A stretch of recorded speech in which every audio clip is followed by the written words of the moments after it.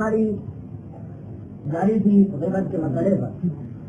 اگرچہ ہمارا وعدہ یہ تھا کہ اس ہفتے کی تقریب میں ہم غیبت کی باقی ماندہ گفتگو کو ختم کر کے اصول عمل کے موضوع پر گفتگو کا آغاز کریں، لیکن ہماری بدقسمتی کہہ لیجیے یا یہ اہم ترین موضوع کر لیجیے دفعہ تھا کہ جس میں ہمارے 40 منٹ لے لی. چنانچہ اس وقت تک 10 منٹ کا وقت اخلاقیات کی تقریر ہے.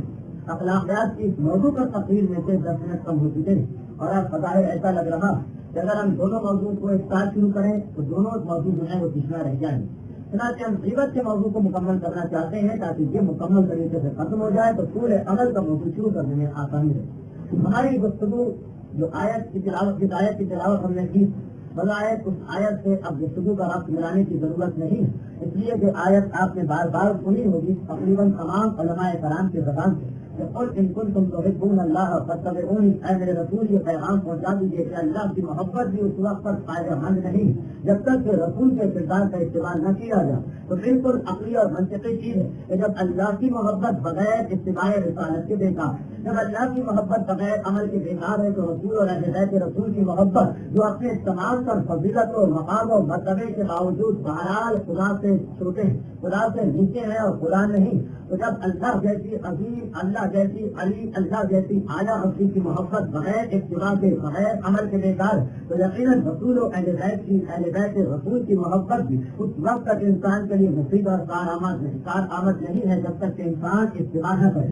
جب تک کہ انسان پیروی نہ کرے، جب تک کہ انسان اپنے عمل کو بدلنے کی کوشش نہ کرے. اسی لیے 5ویں امام نے صاف صاف کہہ دیا کہ ماں معنا براءۃ من النار. یہ الفاظ امام اور انہی الفاظ کا ترجمہ ہم کرتے ہیں تو لوگوں کے غیر و غلط کی آگ بھڑکنے لگتی ہے، لیکن کوئی اپنے مقام پر بیٹھ کر یہ غور نہیں کرتا ہے کہ یہ الفاظ امامی کا ترجمہ ماں معنا براءۃ من النار یہ الفاظ امام. یاد رکھو ہمارے ساتھ ہونا تمہیں جہنم کی آگ سے آزاد نہیں کر سکتا.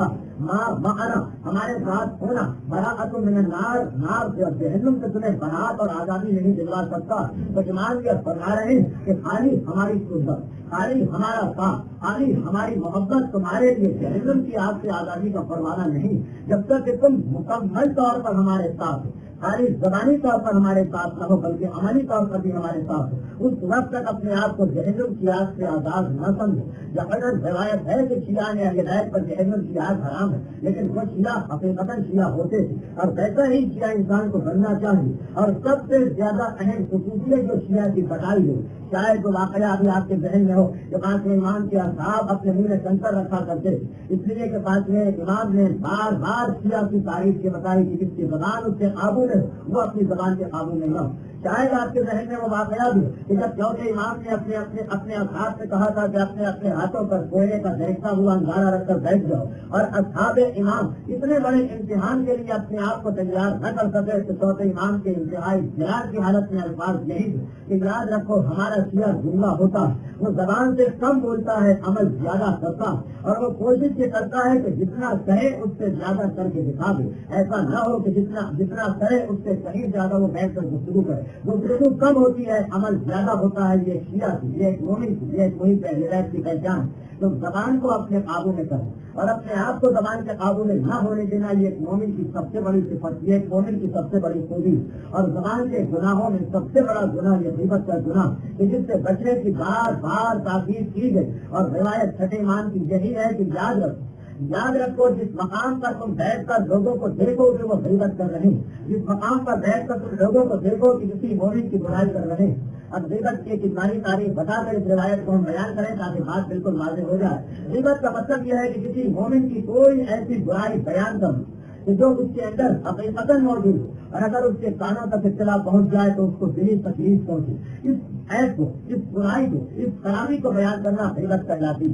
اب امام کے فرما رہے ہیں کہ جب تم یہ دیکھو کہ کسی مقام پر غیبت کی جا رہی ہے تو یقین کر لینا کہ یہاں پر اپنے دین کو خراب کیا جا رہا ہے. جب کسی مقام پر کچھ مومن بیٹھ کر غیبت کرتے ہیں تو یقین رکھو کہ وہ اپنے ہاتھوں سے اپنے دینوں کو تباہ کر رہے ہیں، وہ اپنے ایمان کا خاتمہ کر رہے ہیں. یہ 6 امام کی روایت. تو جس مقام پر آپ چلے چلے جائیں. ہم جا کر بیٹھتے ہیں مجلس میں اور یہ سوچتے ہیں کہ مجلس حسین میں آئے, اس سے ہمارا ایمان بڑھے گا, اس سے ہمارے ثواب میں اضافہ ہوگا, اس سے ہمیں غلط درجات ملیں گے. لیکن امام یہ فرما رہے کہ اس مجلس کے اندر بھی اگر غیبت کی جا رہی, اس مجلس کے اندر بھی مومن کی برائی ہو رہی ہے, تو وہ مجلس حسین نہیں ہے, بلکہ وہ مجلس دین کی خرابی کی مجلس ہے, وہ مجلس ایمان کی تباہی کی مجلس ہے, اور اس مجلس سے ہر مومن اپنے آپ کو ہٹا کر دے گا.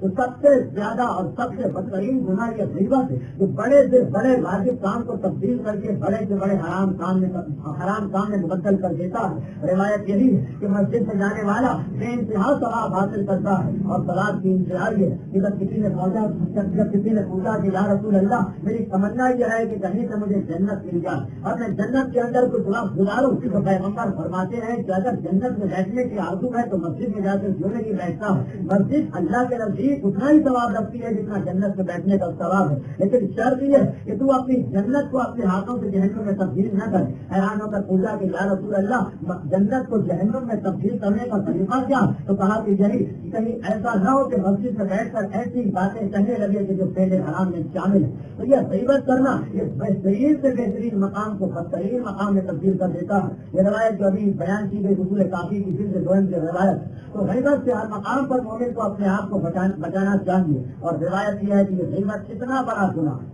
ایک طرف روایت کے حب و علی یا الذنوب کما تاکل النار الحطب, یعنی کہ محبت گناہوں کو اس طرح کھا جاتی ہے کہ جس طریقے سے لکڑی آگ کو کھا جاتی ہے. دوسری طرف یہ روایت کہ روز قیامت ایک مومن پہنچے گا اور بڑے فخر کے ساتھ سینہ تانے ہوئے پہنچے گا, اس لیے تو اس نے بڑے بڑے نیک کام انجام دیے. ایک وقت کی نماز ادا نہیں کی, ایک واجب روزہ اس سے چھٹا نہیں, ایک مال حرام اس کے پاس آیا نہیں, ایک خون کا پیسہ اس کے ذمہ باقی نہیں, حج کو انجام دے چکا ہے, زیارت کر چکا ہے, والدین کو راضی کر کے آیا, رشتے داروں کے حق کو ادا کر کے آیا, پڑوسیوں کی رضامندی کو حاصل کر کے آیا. اب میدان قیامت سے پہنچتا اور بڑا مطمئن پہنچتا ہے, بڑا مسرور پہنچتا ہے کہ بڑے میرے نیکی کے کام انجام دیے. ایک مرتبہ نامہ اعمال اس کے ہاتھ میں تھمایا ہو, 5 ایمان کی روایت. نامہ اعمال پہنچا تو بقیہ تو بہار کے اندر لکھا ہے کہ وہ نامہ اعمال کو دیکھے گا اور ایک مرتبہ گھبرا جائے, ایک مرتبہ پریشان ہو جائے گا. باہر اتنی بڑی بڑی نیکیاں انجام دی تھی, وہ ساری نیکیاں کہاں چلی گئی؟ یہ نامہ اعمال تو بالکل خالی نظر آ رہا ہے. تو جواب دیا جائے گا کہ یاد رکھ, تیری تمام نیکیاں اس نامہ اعمال کے اندر درج کی گئی تھی, لیکن اس کے بعد تو نے جس مومن کی غیبت کی, جتنی تو نے غیبت کی اتنی نیکیاں تیرے نامہ اعمال میں سے کاٹ کر اس مومن کے نامہ اعمال میں شامل کر دی گئی. تو یہ نماز, یہ روزہ, یہ حج, یہ زکات, یہ خلق, یہ مجلس, یہ ماتم, یہ محبت اہل بیت یقیناً ہم کو ثواب دلاتی ہے, اور اس سے بڑھ کر بہت سی چیز ثواب دلا سکتی ہے. لیکن یہ تمام کا تمام ثواب آنے کے بعد کٹ کٹ کے دوسروں کے نامہ اعمال میں شامل ہوتا ہے جب ہم کسی کی خدمت کرتے ہیں. اور اسی لیے دوسری روایت اس کے برابر میں کتاب میں یہ لکھی ہے کہ اسی طریقے سے ایک مومن آئے گا بڑا افسردہ, بڑا غمگین, سر جھکا ہوا ہوگا, اس لیے کہ اس نے نمازیں تو پڑھی ہیں لیکن اس کے دل میں خیال ہے کہ میں کوتاہی کر گیا تھا. روزے تو رکھے ہیں لیکن کچھ نہ کچھ کمی اور ڈھیچی ہو گئی تھی, والدین کو راضی کرنے کی کوشش نہیں کی, کچھ رشتے داروں کا حق ادا نہیں کیا, کچھ پڑوسیوں کے حق کا خیال نہیں کیا. اب آ رہا سر کو جھکائے ہوئے آ رہا کہ میں نے دنیا کے اندر اتنی کوتاہیاں کی, یقیناً نماز وغیرہ جاری رکھی لیکن وہ بھی کامل نماز نہیں, مکمل نماز نہیں. اب جنت میں جاؤں تو کیسے جاؤں؟ اور یہ منظر دیکھ رہا ہوگا کہ بڑے بڑے مستقل اور پرہیزگار جہنم کی طرف لے جائے جا رہے ہیں, تو اور پریشانی بڑھتی چلی جائے گی. ایک مرتبہ بارگاہ الہی میں پہنچے گا, نامہ اعمال دیا جائے گا, نامہ اعمال ہاتھوں میں آئے گا اور آنکھوں پر یقین نہیں آئے گا. جب گھبرا کے یہ دیکھے گا کہ شروع سے آخر تک نیکیاں ہی نیکیاں لکھی ہوئی, شروع سے آخر تک ثواب اور اجر لکھا ہوا ہے. گھبرا کے کہے گا کہ خدا بندہ یہ اتنا ثواب, یہ اتنا اجر, یہ میرے نامہ اعمال یہ کہاں سے آ گیا؟ میں نے تو اتنی نیکیاں انجام بھی نہیں دی تھی اور تم نے اتنا ثواب دے دیا. ایک مرتبہ کہا جائے گا کہ اے میرے مومن بندے, تیری نیکیاں تو بہت محدود ہیں, اور اگر خالی نیکیاں ہوگی تو شاید تو جنت کے اندر نہ جا سکتا. لیکن اس کے بعد جس مومن نے تیری غیبت اور تو نے غیبت کا جواب پلٹ کر غیبت سے نہیں دیا, تو جس مومن نے تیری غیبت کی اس کی نیکیاں کاٹ کاٹ کے تیرے نامہ اعمال میں جمع کر دی گئی, جس کا نتیجہ یہ ہوا کہ آج تیرا نامہ اعمال نیکیوں سے بھر گیا. اور یہ ان لوگوں کی کوتاہیوں کا صلہ ہے جو تجھے ملا گیا اور تو اب جنت کے اندر داخل ہو جائے. اسی طرح ایک روایت یہ کہ جب ایک مومن کے نامہ اعمال کو تولا جائے گا میزان میں, تو نیکیاں اور بدیاں بالکل برابر ہوں گی.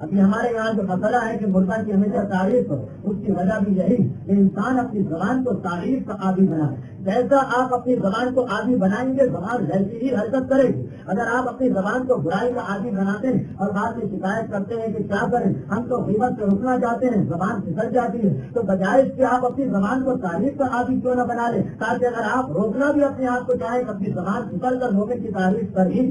پیغمبر اسلام کا گزر ہو رہا ہے گروہ کی طرف سے. ایک آپ کے وہ لوگ بیٹھے ہوئے اور کچھ مردہ لوگوں کا تذکرہ کر رہے ہیں. ایک مرتبہ پیغمبر اسلام کہتے ہیں تم کس کا تذکرہ کر رہے، کہاں پہ یا رسول اللہ کچھ مرحومین ہیں ہم ان کا تذکرہ کر رہے ہیں.